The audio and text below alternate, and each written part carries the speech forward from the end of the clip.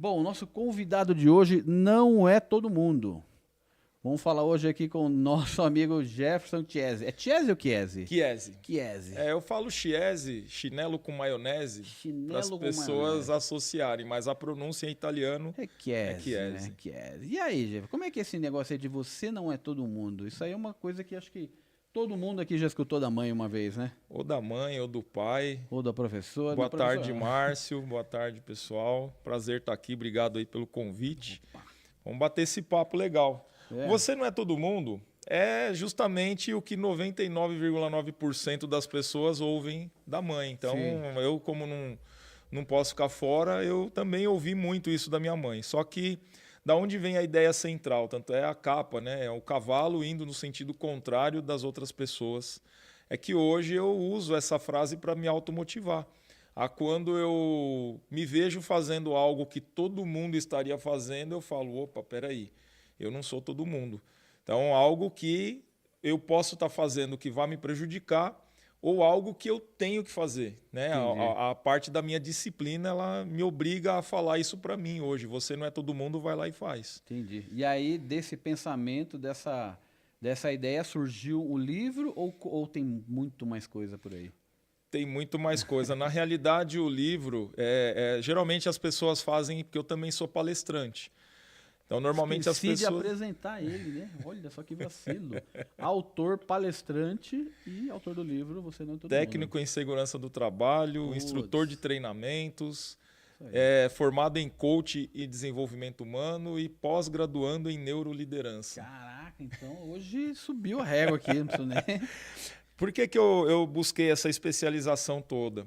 Porque a ideia do livro veio depois da palestra. O que aconteceu? Geralmente é o contrário, né? Porque Geralmente as pessoas fazem uma tem palestra um tema do livro. e depois cria um livro para fechar o... Eu fiz o contrário, por quê? certo. Primeiro veio a transformação Sua. minha. Transformação de vida, transformação de saúde, transformação de corpo, mas principalmente transformação de mente. E aí as pessoas que me conheciam antes, elas também ficaram admiradas com o resultado que eu apresentei. E a transformação foi grande. Mas de que transformação a gente está falando? Nós estamos falando de uma pessoa que pesava 168 quilos, que tinha gordura no fígado grau 3, que tinha pressão arterial 19/10. Caramba, E e hoje tinha esse uma atleta? série de outras comorbidades. Não digo atleta, eu não faço nada para competir, né? A competição minha é interna mesmo, é comigo mesmo. Por isso que eu uso a frase. Quando você acorda 4 horas da manhã, a cama tá uma delícia, mas você tem que ir para academia. Então eu falo, vai. Vai, Você filho. não é todo mundo, vai, levanta e faz o que você tem que fazer. Então essa transformação me trouxe muitas pessoas pedindo ajuda. E aí eu percebi que eu precisava dar essa ajuda. Era a minha contribuição para o mundo, né, dar essa ajuda. Mas essa transformação, ela veio sozinha? Um dia você acordou e falou, não, preciso mudar ou não? Ou teve umas ignições Não, aí? teve. Assim, eu fui obeso por 41 anos da minha vida. Eu, com 1 ano de idade, Caramba. pesava 18 quilos. Tanto é que eu brinco, né? Que eu tive que aprender a Louco, andar véio. com 6 meses, porque minha mãe não aguentava me carregar. Com 11 anos de idade, eu já pesava 93 quilos. Com 11 anos? É. Porra, E eu, bicho. com 41 anos, eu me vi com 168 quilos. E assim, eu até compartilho, né? Que é aquela história do sapo na panela de água quente. Então, quando a gente está enfiado num vício, a gente não enxerga que está no vício. Se você chegar no balcão do boteco, pega uma pessoa que já está alterada, você fala para ela, você está bêbado, a pessoa não vai admitir.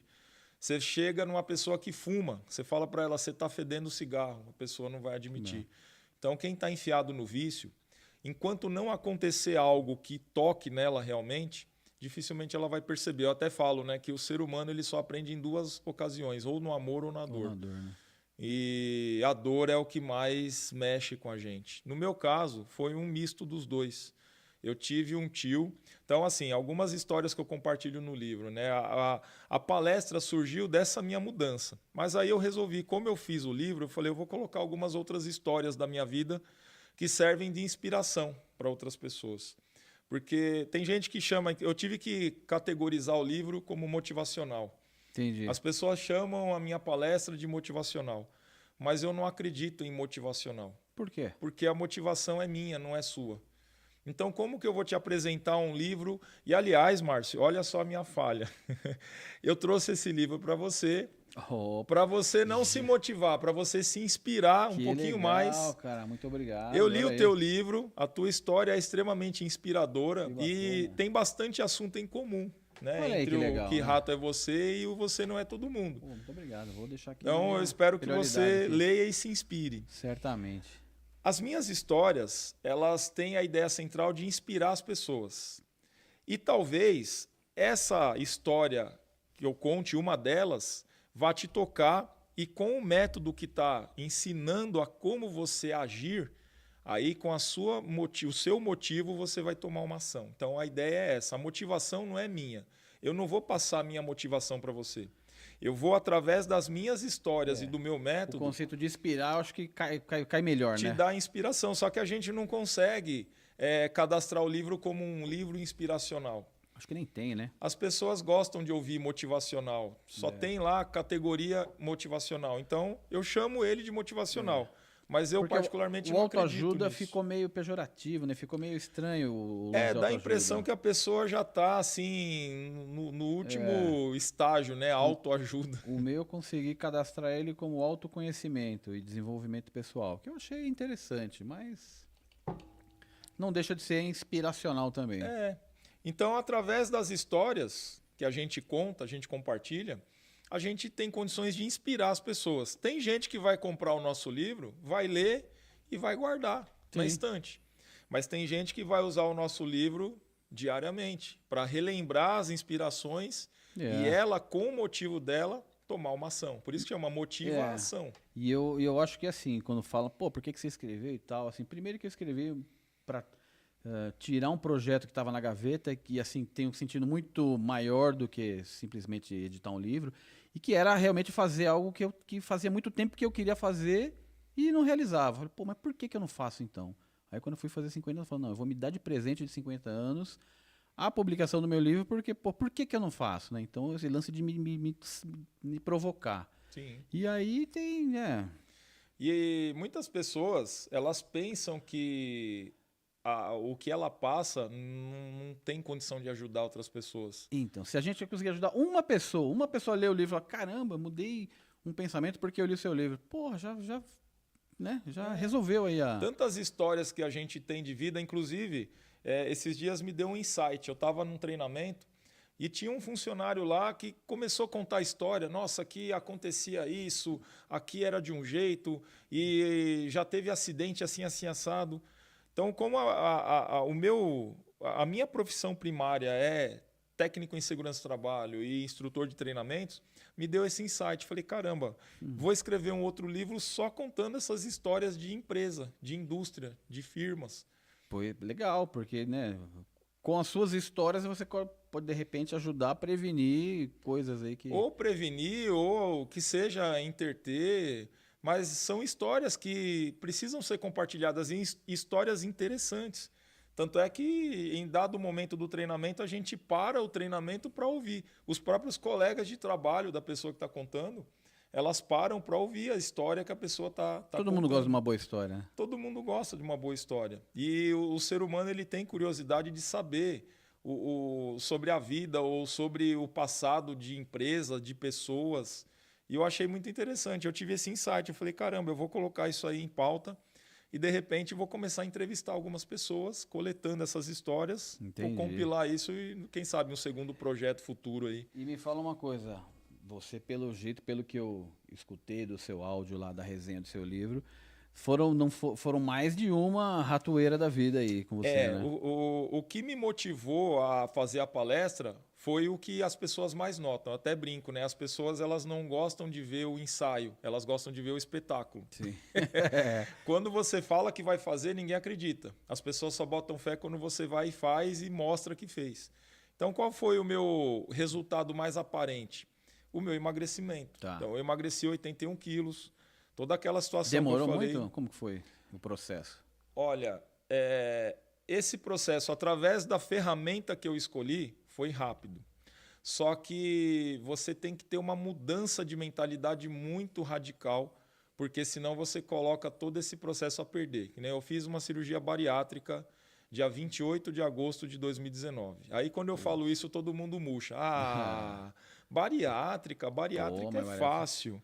Não é fácil, porque invasivo, eu falo né, que o hoje a negócio? disciplina que eu tenho que ter é muito maior do que uma pessoa que não tem a bariátrica. Porque senão volta tudo, você acha ou não? Senão você coloca tudo a perder, você não tem a mesma reação orgânica que uma pessoa normal tem. Então, a minha absorção de nutriente, É diferente. o meu estômago, eu não consigo comer as mesmas coisas, as mesmas quantidades, da mesma forma que eu comia antes. Mas aí a cabeça quer comer que nem você comia antes. Hoje, não mais. Não, mas logo que você faz Logo que você a faz, cirurgia. você está em Eu acho que é esse que é a ratoeira, em né? adaptação ainda, entendeu? Então, se você não entende esse processo, que eu até costumo brincar, eu falo, gente, tudo é uma virada de chave. Você casa, se você tem o mesmo comportamento que você tinha quando era solteiro, seu casamento vai para o espaço. Você vira pai. Se você tiver o mesmo comportamento e a mesma cabeça de quando você não era pai, tá sempre se adaptando à você situação, né? monta o seu próprio negócio. Se você não muda a sua mentalidade, seu negócio fecha. Você é promovido numa empresa. Então, tudo está baseado na virada de chave, na mudança de mentalidade. Para isso, você tem que estudar bem o projeto que você está entrando. Quer casar? Quer ter filho? Quer ser dono do seu próprio negócio? Quer ser promovido? Se você não entende o processo que você vai ter que cumprir, a mudança que você vai ter que fazer, tudo é penalidade, tudo é sofrimento. A partir do momento que você compreende isso e você segue o passo a passo que esse projeto requer, as coisas fluem de uma maneira fácil. Então, para mim, a bariátrica foi um dos processos mais fáceis da minha vida e foi a maior mudança que eu fiz na minha vida. Mais visível, porque eu já né? tinha me preparado nessa parte de Mas aí mudança fez a mental. bariátrica, se adaptou e aí veio até aqui ou teve mais ratoeira aí, né? Não, então, aí são outras coisas, né? Então eu aproveitei o livro, juntei essas outras histórias e através delas que eu estou conseguindo atingir aí vários públicos, porque cada história toca alguém. Entendi. Talvez as histórias que eu estou contando no livro, todas não vão tocar todos, mas pelo menos uma eu vejo que as pessoas se conectam melhor. Então, no livro eu estou contando um trauma de infância, né, que hoje não é mais um trauma, porque graças a Deus eu consegui resolver, vamos dizer assim. Mas que você sofria bullying? A minha infância sem meu pai. Saquei. Então, eu fui conhecer meu pai com 32 anos de idade. E eu só vi meu pai pessoalmente 2 vezes na vida, em 2012 e em 2017. Porque meu pai hoje mora em outro estado, ele mora em Fortaleza. Entendi. E até então eu passei a minha infância ouvindo quem era meu pai pela minha mãe. E hoje, casado, a gente entende que a vida de um casal não é sempre um mar de rosas. Claro. E que a gente tem que ouvir os dois lados, né? Eu até li hoje ou foi ontem que eu li na internet, eu falo, eu fui criado à moda antiga na época do disco de vinil, e eu aprendi que para ouvir o disco você tem que ouvir os dois lados. Exatamente. É uma boa analogia, né? O lado A e o lado B. Então, se você não ouviu os dois lados do disco, você não ouviu o disco completo. E é o que hoje muita gente faz, né? Ouve uma só teoria e aquilo. E já espalha aquilo, né? Então, eu tive a oportunidade de ouvir o lado do meu pai e realmente apurar, né? Perdoar também, isso é importante, porque se não tem perdão, você não tem progresso, você não vive aliviado, você carrega aquele fardo. Então eu tive essa oportunidade de lavar a roupa suja, vamos dizer assim. Né? Então eu entendi o porquê minha mãe fez algumas coisas, eu entendi o porquê meu pai fez algumas coisas e história resolvida. O trauma de infância, por conta da obesidade, até os meus 41 anos de idade. Então, imagina eu com 5, 7 anos, sempre era o gordinho da turma, sempre o gordinho era da o classe. nhonho, era o rolha de poço, era o chupeta de baleia. Tinha brincadeira, eu não aguentava brincar, eu não aguentava correr. Então, a gente acha que não, né? Mas uma criança vai absorvendo isso tudo, vai absorvendo. Então, hoje, né, com a mentalidade, com o desenvolvimento pessoal que eu consegui, que eu conquistei, eu, graças a Deus, consegui também superar esse trauma. E já desenrolou. Só que depois que eu fiz a bariátrica, eu estava ainda no processo de emagrecimento. Eu fiz a bariátrica em agosto de 2019 e mais ou menos no começo, no primeiro semestre de 2020, em um dos exames, né? Eu já tinha feito os exames pré-operatórios para bariátrica e eu tinha uma pequena alteração na minha tireoide. Até então, o médico fez o exame e viu que era uma alteração, era um nódulo comum. Tranquilo. Só que quando voltou a pandemia, o retorno nesse médico, ele detectou que esse caroço aumentou, ele dobrou de tamanho. E aí ele marcou a primeira cirurgia para junho de 2020. Já para tirar? Já para tirar. Foi junho de 2020? Não minto. Em 2020 a gente estava no meio da pandemia, foi em 2021, quando acabou a pandemia. Então foi um processo aí de 1 ano e alguma coisa. Esse caroço dobrou de tamanho. E aí o médico falou, vamos tirar, já que cresceu, está te atrapalhando, estava até incomodando minhas cordas vocais. Ele falou, vamos tirar. Só que ele tirou só a metade direita, que é onde o caroço estava. E aí, com o caroço na mão, ele mandou fazer um exame, uma biópsia. E aí o resultado da biópsia foi uma pancada no meio da lata, né? Que viu que era um câncer raro e um câncer agressivo. E aí, em 2 meses, isso foi em junho, em agosto, 2 meses depois, ele falou, vamos fazer outra cirurgia que é para tirar a outra metade e fazer uma limpeza em toda a região do seu pescoço. E aí foi o que eu fiz. 2 meses, não tinha nem recuperado da primeira cirurgia. Caramba. Toma outra cirurgia de novo. E aí já vem aquela questão, né? Puxa, era câncer maligno, tem grande risco de dar metástase. E será que a cabeça, como é que não fica? vai espalhar? Fica daquele jeito, né? Esse é o grande segredo. Nessa época, por conta da minha primeira transformação, eu já tinha bastante consciência, vamos dizer assim, do que eu era capaz de superar. Porque, poxa vida, imagina 41 anos gordo, cheio de comorbidade, cheio de trauma, você conseguiu superar aquilo. Então eu falei, cara, se eu fiz isso, eu faço o que eu quiser. Mas é que assim, emagrecer, você usando os mecanismos e os métodos, você consegue, por sua determinação. Mas uma doença já depende de outros fatores, né? Então, só que assim, eu acho que a nossa mente, hoje eu entendo isso. Você acha que a mente cura? A nossa mente, ela tem um poder incrível, assim como ela te mata.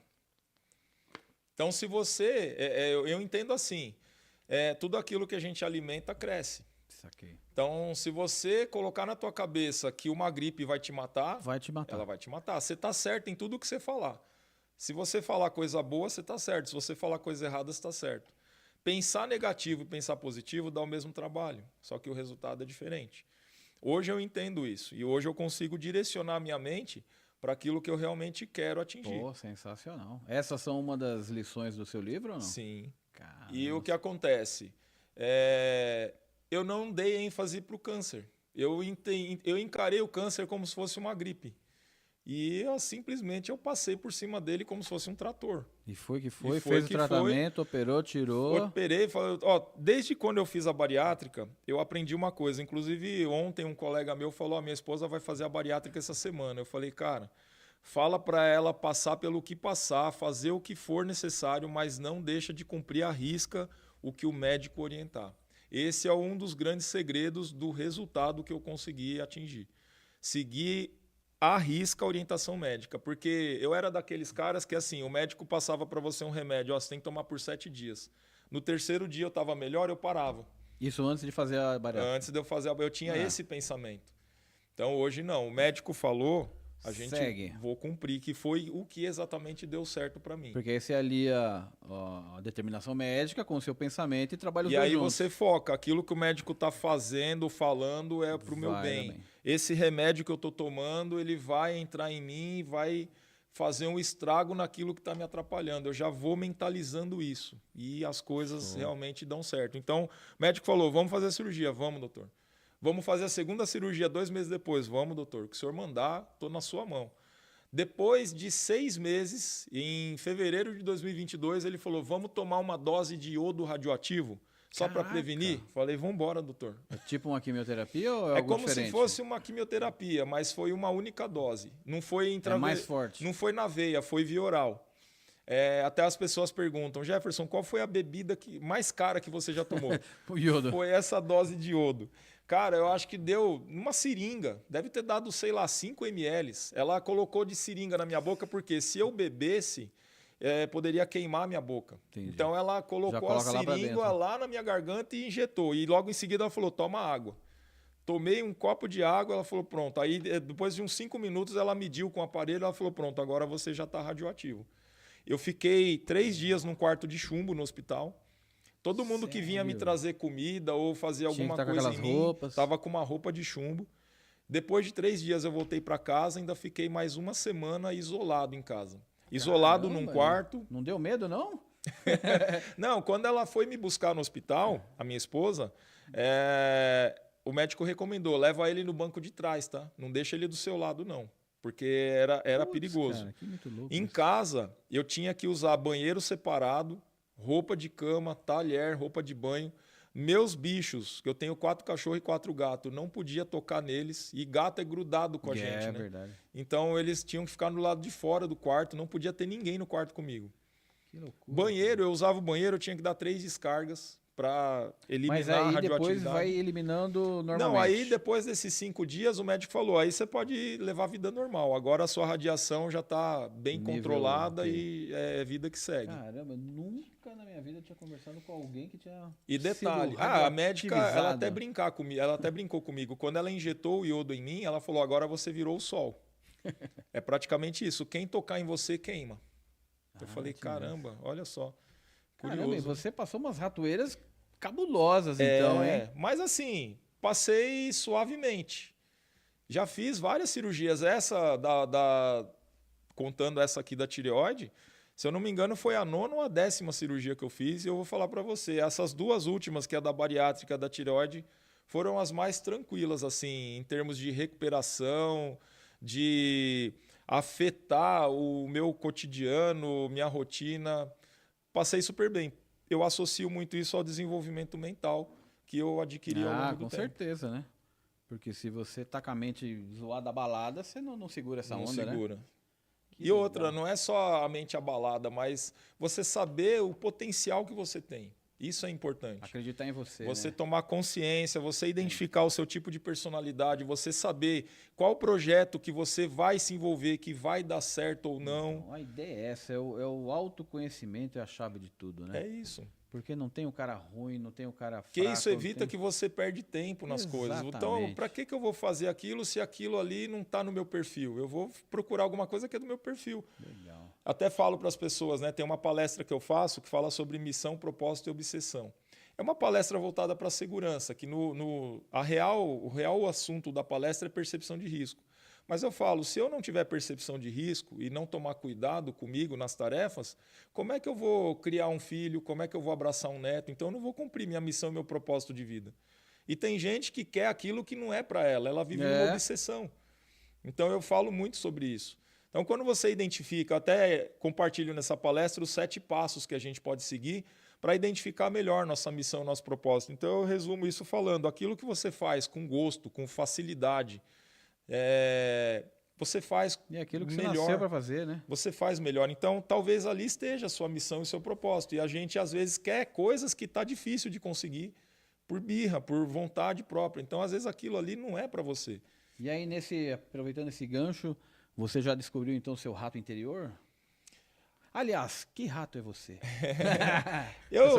eu tenho um pouquinho dos dois, mas eu acredito que eu sou mais puxado para o branco. Na realidade, todo mundo, ninguém é um rato só. Ninguém é um rato só, né? Mas eu acho que a gente nasce uma coisa e vai temperando ao longo da vida. E tem momentos que você tem que moldar a sua personalidade para você conquistar algumas coisas ou trilhar alguns caminhos. Mas assim, na minha essência, eu sou a maior parte do tempo branco.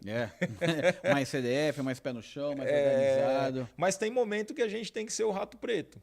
Senão a gente não consegue as coisas. O cara que trabalha com segurança do trabalho, ele tem que ser mais branco, né? Ele tem que ensinar os outros mais a como é que lida com os negócios, né? Mas tem hora que você tem que ser o preto, porque você tem que ser ousado em alguns momentos da vida. Tem que usar, né? Exatamente. É o tempero, né? E me diga uma coisa, você fala bastante aí você nas suas palestras e tal, qual que é a importância que você acha de um super mouse na vida de uma pessoa? Super mouse você sabe quem é, né? Sim. Quem tem mais de 40 anos. Então... Sim, opa! Mas assim, no sentido de ter a referência. É essencial. Como é que é isso na sua vida? Só que assim, o que as pessoas precisam entender, e que algumas pessoas ainda não entenderam, é que a gente gosta muito de ser alguém que a gente admira. E isso não é o correto. você medir o seu sucesso pela régua de outra pessoa. Então, isso foi uma das coisas que eu aprendi também para dar valor para o que eu conquisto e para não me frustrar pelo que eu não conquisto. Então, eu até compartilho nessa mesma palestra que eu faço sobre missão, propósito e obsessão, a gente chega uma hora que tem que analisar como a gente cresceu de um tempo para cá. Eu trabalhei por muitos anos CLT, hoje eu sou autônomo. E era uma pergunta crucial que toda pessoa de RH fazia para mim. Como você se imagina daqui a 5 anos na nossa empresa? Pergunta básica de entrevista. Hoje eu penso, cara, como é que eu vou projetar os meus próximos 5 anos se eu não parar para fazer um balanço dos meus 5 anos passados? Então, se você pegar a sua vida de 5 ou 10 anos para cá, você vai ter condições de avaliar quanto você evoluiu, quanta coisa você conquistou, quantas dores você superou, quantas pessoas você ajudou. E aí sim você vai tomar consciência do poder que você tem, porque às vezes a gente não se dá o devido valor por causa disso, porque a gente não para avaliar o quanto a gente progrediu. E aí eu não tenho como dizer o quanto eu posso progredir. Verdade. Então hoje eu sei da minha capacidade pelas conquistas que eu venho fazendo ao longo do tempo. Eu sei que eu consigo. Então a pessoa não pode falar eu não consigo. Não, você não consegue porque não tentou. Não, eu não sei fazer, mas eu vou tentar. Essa seria a resposta ideal. Ou eu não consegui ainda, mas eu estou em busca de conseguir. Não é, eu não posso, eu não consigo, eu não presto. Esse é um pensamento ruim. E você já teve alguns feedbacks positivos sobre você dar palestras e tal, o seu livro? Você já inspirou pessoas a ponto de ter esses feedbacks? Como já, com certeza. Mas só antes de eu finalizar, você falou do super mouse. Então é muito importante a gente ter um exemplo para seguir, mas não para ser aquela pessoa. Que nem eu gosto inspirar, muito, né? na parte de palestra, o Mário Sérgio Cortella. Eu sei que eu nunca vou ser o Mário Sérgio Cortella, mas eu uso o jeito dele, eu uso a forma dele falar, até mesmo as coisas que ele conhece. Eu procuro também ter aquele conhecimento para eu copiar o caminho que ele trilhou. Mas quem vai trilhar o caminho, né? Sou eu. Eu não vou me gabar pela conquista dele como se fosse minha. Entendi. Então eu vou seguir o caminho que ele seguiu, mas trilhando o meu caminho e tendo as minhas conquistas. Então eu tenho que ter essa... É importantíssimo você ter o seu super mouse. Você ter pessoas em quem se inspirar. Normalmente a gente se inspira na primeira pessoa que tem o contato com a gente, que é pai e mãe, né? Sim. Mas no meu caso eu não tive o pai. Mas teve a mãe. Minha mãe, ela foi super mãe, super pai, super mouse. Super tudo. Minha mãe e minha avó, até que eu comento delas no livro, bastante, né? E hoje a gente tem outras pessoas como exemplo, assim como hoje eu tenho consciência que eu também estou sendo exemplo para outras pessoas. Exatamente. Aí a gente entra no gancho que você me perguntou. Você hoje é super mouse de muita gente que de assiste muita gente. Suas palestras. E sabe o que acontece? Por que surgiu a ideia do livro? Porque eu sei que tem muita gente que não fala para você que você é o super mouse dela, mas eu sei que ela tá te seguindo, ela tá te acompanhando e de alguma maneira ela tá te admirando. É que as pessoas às vezes não admitem. Tem aquele ditado que diz, né, que as pessoas querem te ver bem, mas nunca melhores do que elas. Então, às vezes, ela até está usando alguma dica que você passa ou alguma coisa que você faz que está dando certo para ela, mas ela não admite, ela não te dá, não te agradece, ela não fala, ó, tô copiando o seu treino, tô copiando sua dieta. Dá o crédito, né? Entendeu? Mas eu não esquento a cabeça. O importante é eu saber que aquela pessoa está te usando de uma maneira boa, para o bem. Então, é melhor eu ser um exemplo do bem do que eu ser um exemplo do mal para alguém. E aí teve uma ocasião que me marcou muito, uma palestra que eu fui fazer no METEC, na Vila Guilherme, e justamente essa palestra que eu falo da conquista, a palestra chama Conquistando Resultados. Eu nem pensava em ter o livro nessa época, foi há alguns anos atrás. E no final da palestra, uma professora da escola me procurou, falou, Jefferson, eu não sei se você reparou, mas tinha uma menina lá no fundo que estava chorando que nem uma doida. Eu falei, não vi, porque... Você faz a palestra não faz olhando para... Num teatro era um auditório de uma escola. Entendi. Então tinha lá, sei lá, 200 lugares. Eu não ia ver a pessoa que estava lá no fundo exclusivamente. Mas eu tava você olhando aquela menina, então? O que aconteceu? Essa menina relatou para a professora que uns dias antes ela tinha tentado se matar. E ela estava pensando em fazer isso de novo. E ela falou que no dia da palestra eu falei o que ela precisava ouvir e ela mudou o pensamento. Já valeu tudo, hein? Nossa, aquilo ali acho que eu nunca vou esquecer esse Já valeu depoimento. tudo Assim, que você fez. deve ter outras pessoas nessa mesma condição por aí afora. E eu sei que, ou através da minha palestra, eu não faço a palestra para agradar todo mundo. Eu sei que é impossível, nem Jesus agradou todo mundo. Mas se eu conseguir mudar o conceito e a atitude de pelo menos uma pessoa que estiver me assistindo, eu já ganhei o meu dia. E a ideia do livro é essa. O livro tem essa mesma condição. O livro a pessoa leva com ela o tempo inteiro, ela lê e relê a hora que ela quiser. E o livro vai chegar onde eu nunca vou chegar. Já tem livro meu na Itália. E o livro vai ficar, né? O livro fica. A gente vai embora, mas... Já tem livro meu espalhado pelo Brasil, tem livro na Itália. Então, eu sei que, de alguma forma, eu estou ajudando as pessoas. E você acha que esses ratos do futuro, essa juventude, essa moçada, como é que você vê a cabeça desse pessoal com relação a isso de se conhecer? Porque, não sei, a impressão que eu tenho é que o jovem não busca muito esse autoconhecimento, né? Eu vejo que o jovem hoje está um pouco dependente de tecnologia. Totalmente, né? E ele está carente, só que ele ainda não percebeu e não admitiu dessa questão do autoconhecimento, do contato interpessoal, o contato humano. Então, de repente, é uma forma da gente que ainda é de uma geração que ainda pensa nisso, de repente tentar colocar alguma coisa boa na cabeça desses jovens. Os jovens, eles são muito bons para coisas que a gente tem dificuldade. Mas, em compensação, na nossa geração, a questão do contato humano, a questão da empatia e até do autoconhecimento, eles se perderam nessa parte. Mas aí assusta, né? Porque, que nem você falou, são muito dependentes de tecnologia e a gente sabe que quem produz conteúdo hoje em escalas grandes tem seus interesses, né? Sim. Então, se o jovem está consumindo, ele está consumindo o que alguém quer que ele consuma, e não necessariamente algo que vai desenvolver ele. E aí, né? E esse perigo? É complicado.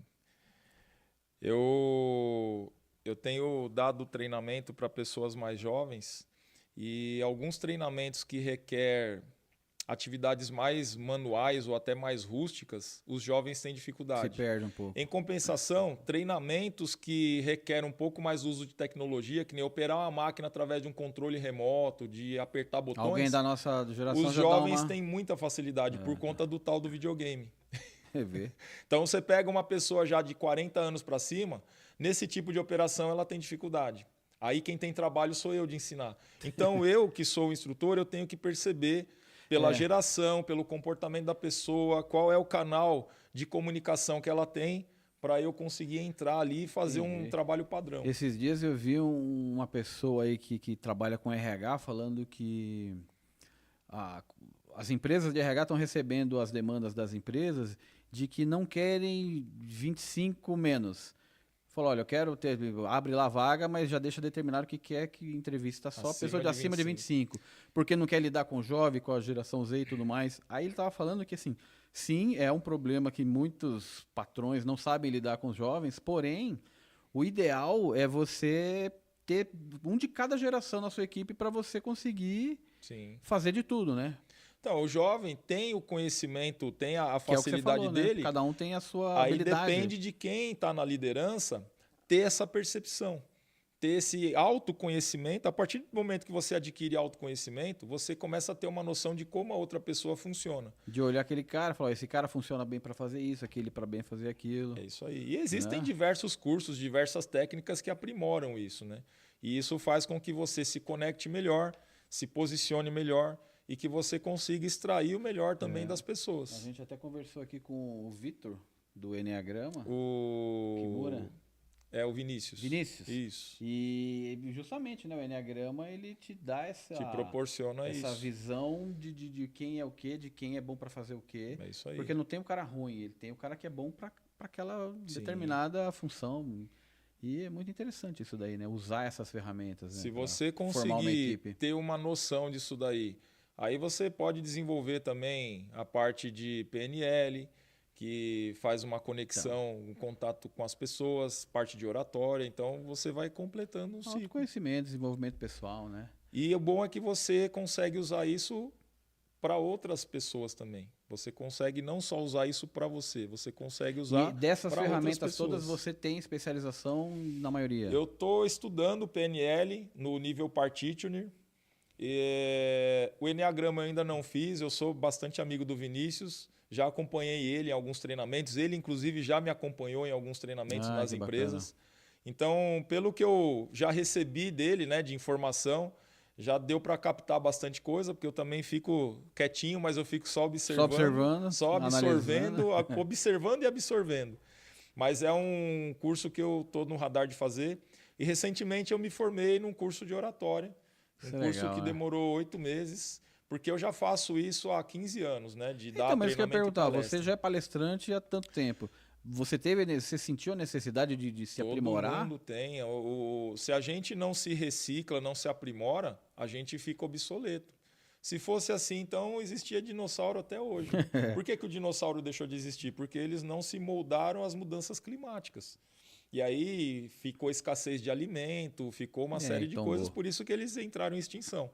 Então, mesmo eu fazendo isso há tanto tempo, e as pessoas falando, nossa, você fala bem, você tem o dom de falar, mas não é só ter dom, não é só ter aptidão, eu não chamo de dom. Porque tem que ter técnica também, né? O que eu acredito que seja um dom? Eu ter capacidade de falar, de enxergar, de respirar, de ouvir, isso é dom.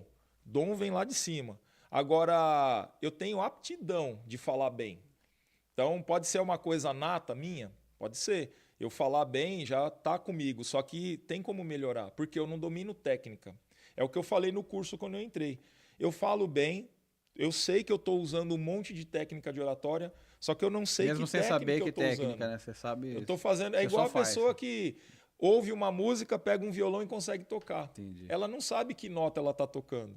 Ela só está ouvindo o barulho e repetindo aquele barulho. Ela consegue repetir a música. E aí, então, no concurso você potencializa, né? Você domina. A partir do momento que eu entendo que é uma técnica e eu sei o que eu estou fazendo, eu uso aonde eu quero, em quem eu quero, para a finalidade que eu quero. Isso é bom demais. É a mesma coisa Fica um perigo esse homem, então, hein? É a mesma coisa do autoconhecimento. A partir do momento que você passa a se conhecer e você tem condição de fazer essa leitura na outra pessoa, você consegue induzir ela para a emoção, para a raiva, para o nervoso. E aí fica perigoso, né? Vendedor faz isso o tempo inteiro. O vendedor ele faz você comprar uma coisa que você não precisa com dinheiro que você não tem. É mais ou menos isso. Que muito louco. Ô Jefferson, me fala uma coisa. Se você saísse ali agora e tivesse uma máquina do tempo e você tivesse uma ficha só, você iria para o passado dar umas dicas para o Jefferson de 15 anos ou você iria para o futuro pegar umas dicas com o Jefferson de 80? Cara, eu ia dar umas dicas pro Jefferson de... Você ia dar umas dicas? Porque como eu fui criado pela minha mãe, pela minha avó, e assim, sem muitas condições, não tive uma presença masculina para me orientar em profissão, que nem eu fui descobrir minha profissão já com 32 anos de idade, 30 anos de idade, entendeu? Que eu fui ter. Então, assim, na idade que você já está construindo um legado, né? Uma herança, vamos dizer assim, eu comecei a minha vida profissional praticamente. Então, eu já tenho essa inteligência, já tenho essa condição desde antes. Só que eu não sabia, eu não enxergava, eu não sabia como usar. Então, se o Jefferson de hoje conseguisse encontrar o Jefferson do passado e passar essas orientações, eu acho que o Jefferson de hoje estaria voando muito mais alto. Mas olha, a provocação agora. Hoje você chegou até aqui onde você está, que eu tenho certeza que você se orgulha de quem você é hoje, passando tudo que você passou.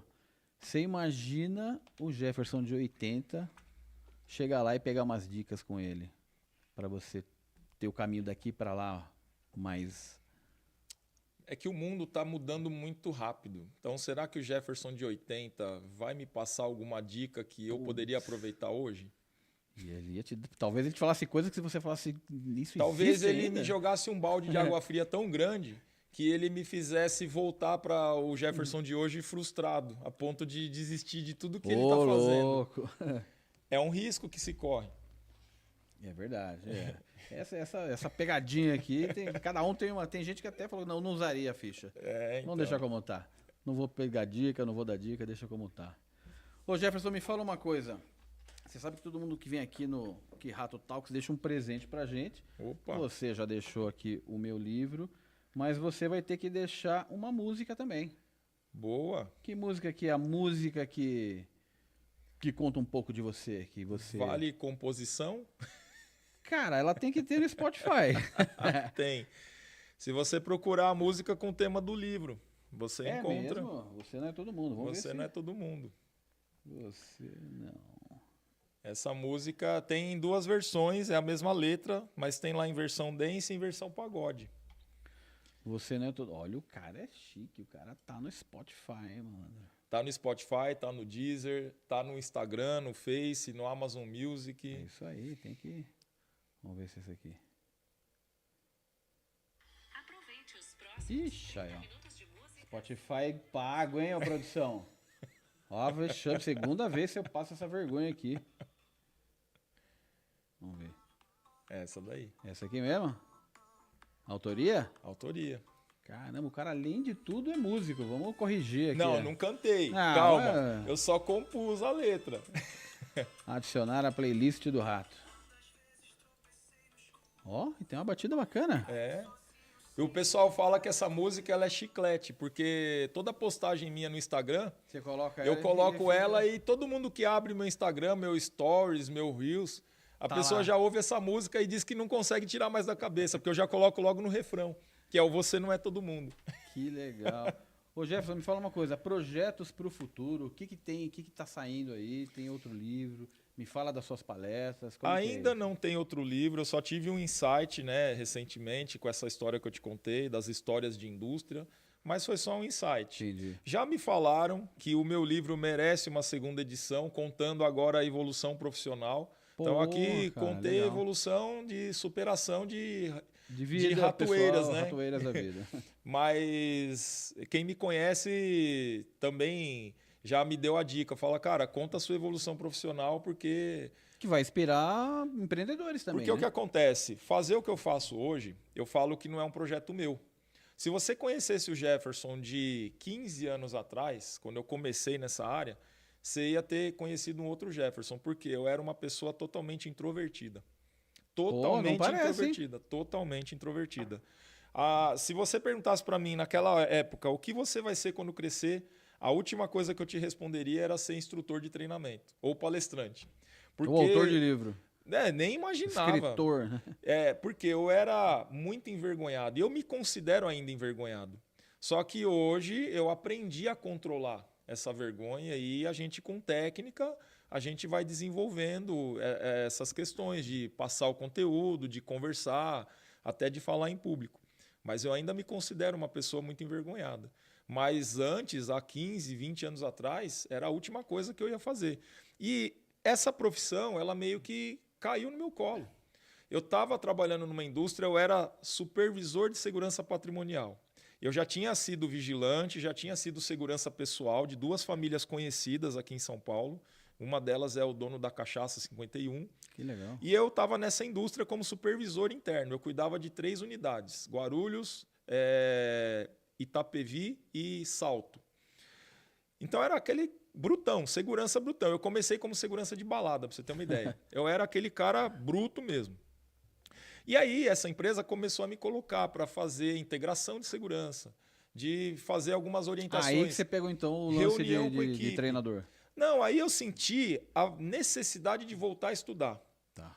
E nessa empresa eu era da patrimonial, mas era subordinado à segurança do trabalho. E eu já estava fazendo bastante coisa pela segurança do trabalho. Eu falei, vou estudar segurança do trabalho. E aí, no curso de segurança do trabalho, foi que eu me descobri como instrutor de treinamento e palestrante. E eu fui desenvolvendo. Você vê, fazendo um curso, você... Mas assim, surgiu essa vontade, assim, não foi assim, planejado, não, eu vou fazer, não. Me deu vontade de voltar a estudar. Eu falei, caramba, eu preciso estudar. Sabe aquela coisa que você, aquela inquietação? E aí me veio na cabeça a segurança do trabalho. Tanto é que eu fiz pela ETEC.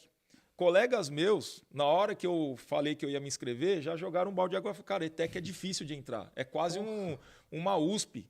Você vai ter que estudar pra caramba. Eu tentei 5 vezes e nunca entrei. Cara, é que você não é todo mundo. Eu fiz a inscrição, não, mas eu falo que é coisa, não é minha. Era para ser para mim, mas não foi eu que quis. Eu fiz a inscrição, não consegui estudar uma vírgula. Fiz a prova, quando eu conferi o gabarito, eu tinha passado em 30º numa turma de 40. Caramba. Então, assim, era para ser. Então, eu falo que fazer o que eu faço hoje não é um projeto meu. É um projeto divino, porque... E aí agora eu entendi que isso é uma missão, é um propósito, e agora eu estou aprimorando. Mas eu jamais planejei fazer ou viver tudo que eu estou vivendo hoje. Pô, que maravilha, cara. Só que aí a gente vai entendendo e vai facilitando o processo. Isso que é o importante.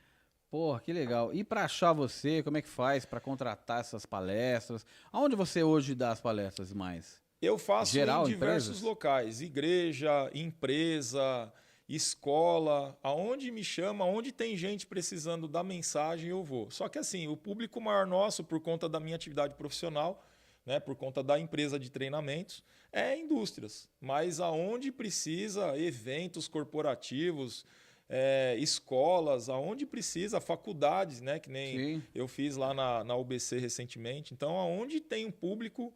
Não importa se é 2 pessoas ou se é 200, tá lá, precisa da mensagem, eu estou lá passando. E assim, nunca vou pensando que aquela mensagem não vai ser útil, porque eu tenho certeza que para alguém a mensagem que eu tiver para passar vai servir. Por isso que eu vou com a maior alegria do mundo. Não importa se tem 2 ou 200 pessoas, eu vou e faço do mesmo jeito, com o mesmo carinho. Muito bom. E aí, redes sociais, você é ativo nas redes, não? Tenho o Instagram, tenho o LinkedIn, tenho o Facebook, tenho o canal do YouTube.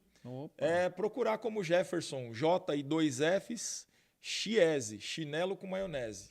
Ou em algumas redes sociais você joga lá o @J, só a letra J, Chiese. Já dá para encontrar. Bom, a gente vai deixar também na descrição do episódio todos os seus links, seus arrobas e tudo mais.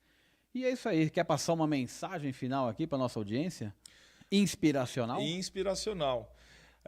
Muitas pessoas, elas têm algum tipo de dor, algum tipo de problema. O primeiro passo é a pessoa refletir e aceitar que tem um problema. Depois ela tem que pedir uma ajuda específica. Mas, independente do processo que você siga, que inclusive é o método, os 2 passos do método que eu ensino no livro, né, do método aprender, é a letra A, que é aceitar, e a letra P, pedir ajuda. São os 2 grandes passos. Não vai resolver nada se você não tomar atitude e seguir no caminho de resolver a dor que você tem ou conquistar o que você tem como objetivo. Então, entenda uma coisa. O seu sucesso ou o seu fracasso só depende de você. Se você não caminhar no caminho do sucesso, e só deseja o seu sucesso, você não vai sair do lugar. Então, para que você tenha sucesso, você tem que ressignificar muitas coisas. Uma coisa importante todos entenderem, que as portas da mudança só podem ser abertas de dentro para fora. Então, as coisas só vão acontecer com você e ao seu redor quando você decidir mudar. Caso contrário, nada vai mudar na sua vida. Essa é a grande dica que eu dou. É isso aí.